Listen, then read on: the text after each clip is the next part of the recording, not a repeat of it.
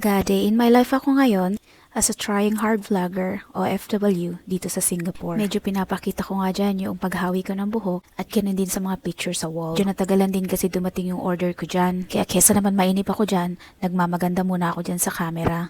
First time ko din kumain dyan, kaya hindi ko alam kung gaano kasasarap yung mga pagkain dyan. Ngayon nga, as a trying hard vlogger, mag-a-day in my life ako kung ano ang naging routine ko ng Sunday day off ko dyan. Hindi ko pala ugali gumamit ng baso sa labas pag kumakain ako. Mas prepare ko kasing uminom sa mga bote na katulad nito kaysa gumamit ng baso. Kaya kita nyo naman, sinasabi ko na hindi ako umiinom talaga dyan sa mga baso na ganyan. Sa bote talaga ako mas komportable. Sobrang puno din ng bote. Ayan, basa nga dyan. Ayan, pina-zoom out ko na nga din at pina-zoom in ko. Nagpapatay oras na lang din ako dyan kaaantay ng order ko. Basa! Ayan ang sinasabi ko dyan. Dumating na nga din yung order niya dyan pero yun sa akin wala pa rin. At yan nga, ipapakita ko kung ano yung in-order niya. Kung nga alam kung ano yung in-order niya pero may pansit, may itlog at may manok. Tignan nyo nga kung ano yung gagawin ko dyan. Sinundot at sinubo. Hindi ko alam pero masaya ako kapag ginaganyan ko yung mga pagkain niya. At nakita ko nga yung itlog dyan. Ayan. Parang ang yummy. Sabi ko, i-cut mo at i-video ko nga. Sunurin naman siya, kaya nga ayan, ginawa niya. Sabi pa nga niya, i-zoom in ko nga daw eh. Disclaimer pala, yung pagsundot ko sa pagkain niya, palagi kong ginagawa, kapatid ko nga pala yan. So sanay na siya kung ganun yung ginagawa ko. Napaka-fresh nga ng itlog nung hiniwa niya at mukhang masarap. Mag-uumpisa na nga siya kumain, yung order ko, wala pa rin. Tinikman ko nga rin yung pagkain niya, masarap, lasang pansit. Pero di din nagtagal, dumating na din yung order ko. Ayan nga, dumating na din yung order ko na laksa. Inumpisahan ko na ding trabahuin kung paano nga yaan. Masarap din naman, lasang laksa. At may hindi nga ako inaasahang nangyari dyan. Sobrang gulat na gulat. May gusto akong hiwain dyan pero nag-slide yung mangkok. Kitang-kita nga yung paglaki ng mata ko dyan sa sobrang gulat. Akala ko talaga mahuhulog sa kandungan ko. Pati nga din si Dichi nagulat dyan. May nasabi nga siyang masama.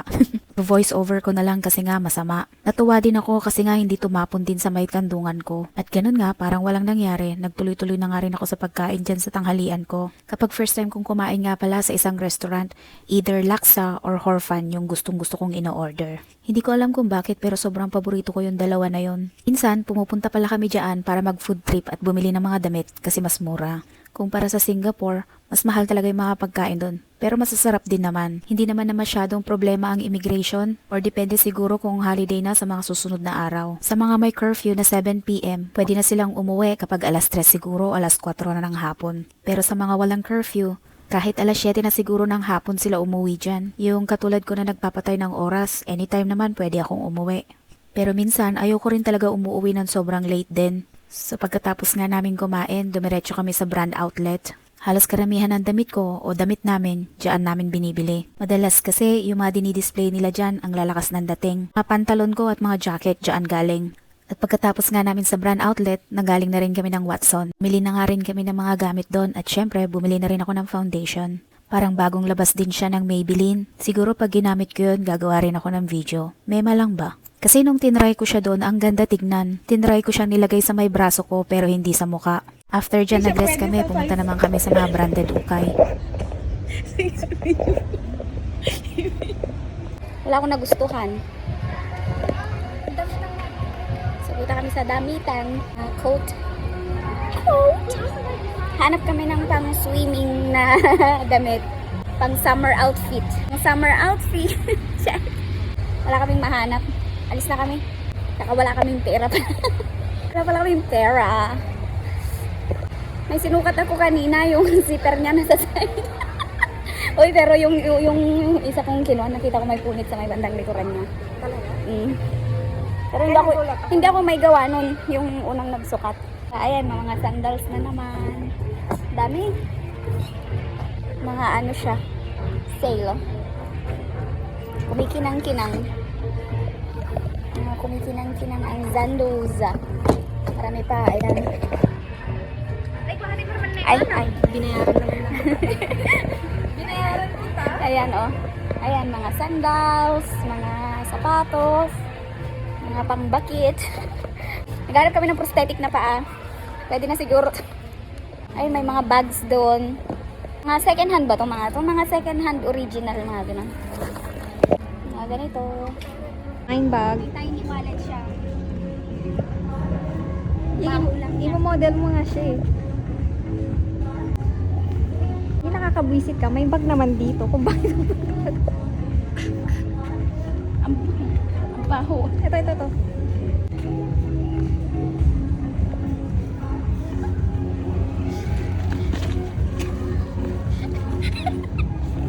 Karengkeng ko na. Walang laman. Paano natin ibabag-grade itong mga bag dito? Mga walang laman. Ay, ang cute nito. Pag naiinip ka, dama. 30 nga. Ay, pang Halloween. Trick or treat, smell my feet, give me something good to eat. Oh, alam cute nito oh. Oo nga, yan nga yung cute. Pero wala siyang laman. Hindi siya cute. Hindi cute ang bag pag walang pera. Ang cute ng mga bag, yun lang amoy tais. Ang babaho. Oh, yung parang pinasok mo yung kamay mo sa inidoro. Katapos niyang ano.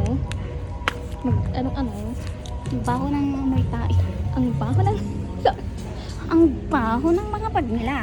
Ha ha ha ha. Kaya naglagay na ako ng alcohol. Galing ng Giordano, ng Guardian. Ha ha ha ha. Hindi ako magiging CEO kapag ganito kababaho ang mga bag. Na-stuck talaga. So tapos na kami doon sa pinuntahan naming mga bags.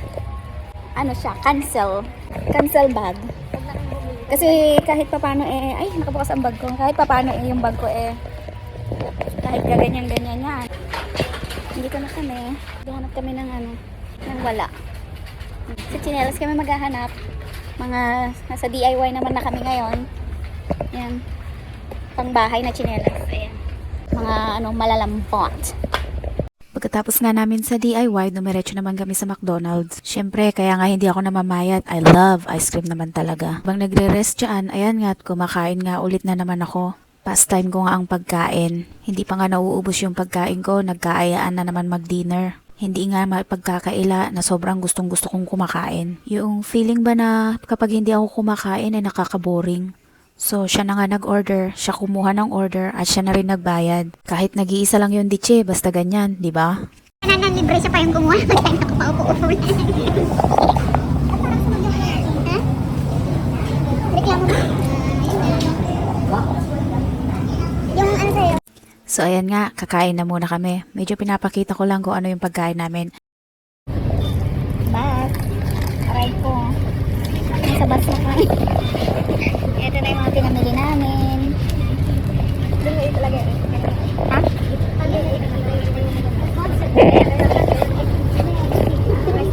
Wallet. Aray ko, tumama sa ngipin ko. Nakakainis, di ba? Patay na nga kita. O, meron daw isisingit. Ay na, ito yung card nga na may wagang card. Ang may wagang card. Napabili na So, dyan na nga nagtatapos yung video ko as a trying hard vlogger ng OFW dito sa Singapore. Pero bago ang lahat, ipapakita ko nga kung ano yung mga pinamili ko kanina. So, ayan, kinakalkal ko nga. Water bottle lang na una. Pero hindi namin binili yan. Free lang yan doon sa may Watson. Yung itim na nga yun ay isang underwear. At yung soft sleeper nga na galing sa DIY. Tapos ito, wallet. Free din yan sa Watson. At yung sumunod nga, yung panghilod. Galing din sa DIY.